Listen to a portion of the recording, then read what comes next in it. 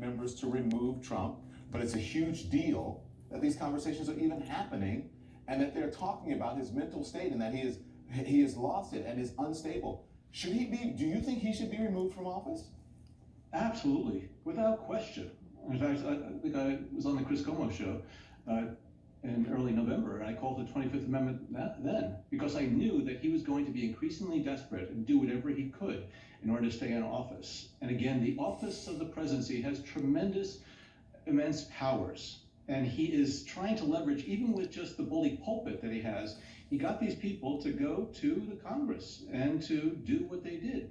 I think we're going to see increasing number of resignations. I think you're going to see active insubordination as well. You're going to see a breakdown of the command and control authority within the White House and broader within the executive branch. So this is a crisis, I think, of unprecedented proportion, certainly not in my lifetime. And it is up to Vice President Pence and members of the cabinet. They can, in fact, move very swiftly to invoke the 25th Amendment. Congress then will have to, react to it. But I do think, in light of what we've seen today and the increasingly desperation of Donald Trump, I don't think that they have a choice, quite frankly. But this is where we're going to find out whether or not they have the courage to do what is right on behalf of our country. As a matter of fact, you're right. I mean, you said it on my colleague Chris Cuomo's show, but also you write about these things in your book. Again, the book is called Undaunted: My Fight Against America's Enemies at Home and Abroad. And I want to read this to you. It's from President Trump's first Secretary of Defense, James Mattis. And he said, today's violent assault on our Capitol and an effort to subjugate American democracy by mob rule was fomented by Mr. Trump. His use of the presidency to destroy trust in our election and to poison our respect for fellow citizens has been enabled by pseudo-political leaders whose names will live in infamy as profiles in cowardice. Our Constitution and our republic will overcome this stain, and we the people will come together again in our never-ending effort to form a more perfect union, while Mr. Trump will deservedly be left a man without a country. Yay. A man without a country. It's an extraordinary rebuke of the man that he worked for. But this should not be surprising to anyone. He has exhibited this behavior since he has been on the political stage and even before. Absolutely. And Jim Mattis, who tried his very best to make sure that, and while he was in office, he tried to keep things on the straight and narrow. But those words of Jim Mattis, I think, are profound. And it really just demonstrates the concern that many of us have with Donald Trump still in office. This is something that I think the warning signals have been blinking red for quite some time, but never has it been so intense as it has been today. And bad on anybody in Congress or in the White House or in the cabinet who continues to turn a blind eye to Donald Trump over the next 2 weeks. Thank you, Director, and I urge everyone to read your book, and thank you for being a profile in courage instead of one of profile in cowardice. We appreciate you. Thanks so much. Thanks, Don. Thank you. So as we watch this vote that's going on right now in the House, and we continue to pay attention to the Congress, meaning the House and the Senate, a few things that I want to say about what we saw today. President Trump, your legacy awaits you. It really does.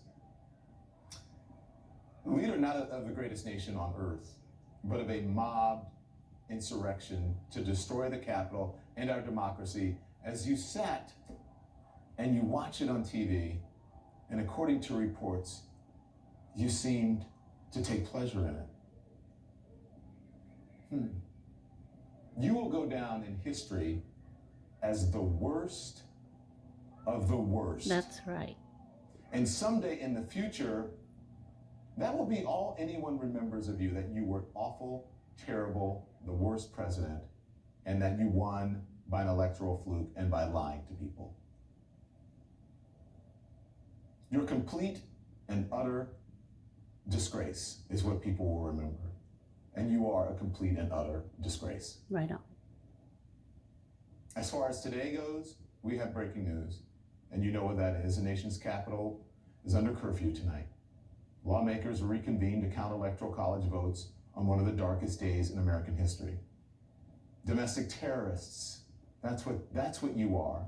Domestic terrorists who are goaded on by the president into an attack on our very own Capitol. I want you to let that sink in. If you're still as shocked as you should be, as we all are, not surprised. We saw this coming. We had been warning you about it for years now. A little late, I'm glad you're finally there and you see it. This may be the thing that breaks the fever. This attempted coup. And so this is how it ends. It started with American carnage, but this is the real American carnage. You are. We love you, you're very special. The president tells the rioters, insurrectionists, domestic terrorists today, what's that? He's a retard. Go home. We love you. You're very special. Fucker. Well, it's not like we weren't warned, encouraging violence at his campaign rallies, calling on Second Amendment people and a veiled threat against Hillary Clinton. If she gets to pick her Oh, judges, fuck you, nothing asshole. you can do, folks. Although the Second Amendment people, maybe there is, I don't know. This about deadly white supremacist violence in Charlottesville. You also had people that were very fine people on both sides. You had people in that group, excuse me, I saw the same pictures God, as you you're did. a jerk. Gassing peaceful protesters so he could have a photo op in front of a church. Yeah, Proud Boys, stand back and stand by. yeah. You want to call them, what do you want to call them? Give me a name, give me a White name. Go ahead. supremacists Who and would white you like me to condemn? white supremacists and white Proud Boys, progressives.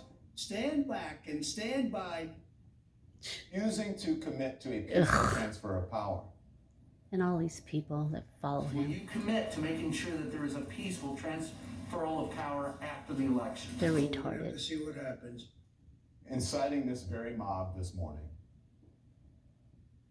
We're going to walk down to the Capitol and we're going to cheer on our brave senators and congressmen and women. And we're Ew. probably not going to be cheering so Oh. much for some of them.